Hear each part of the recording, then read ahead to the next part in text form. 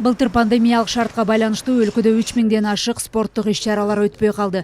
Дүйнөлүк абалды эске алуу менен көптөгөн мелдештер артка жылдырылып, кыргыз спортчулары катышып ийгиликке жете турган пландар ишке ашкан жок. Бирок ага карабай жыл соңунда мелдештерге өлкөнүн курама командасы ийгиликтүү орундарга жетишип, жыл жыйынтыгын жакшы чыгарды.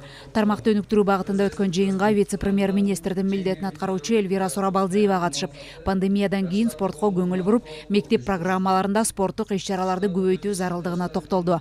Азыркы тапта негизги максат Токиодо өтө турган Олимпиада жана Туркияда боло турган 4-чү дүйнөлүк көчмөндөр оюндарына даярдык көрүү.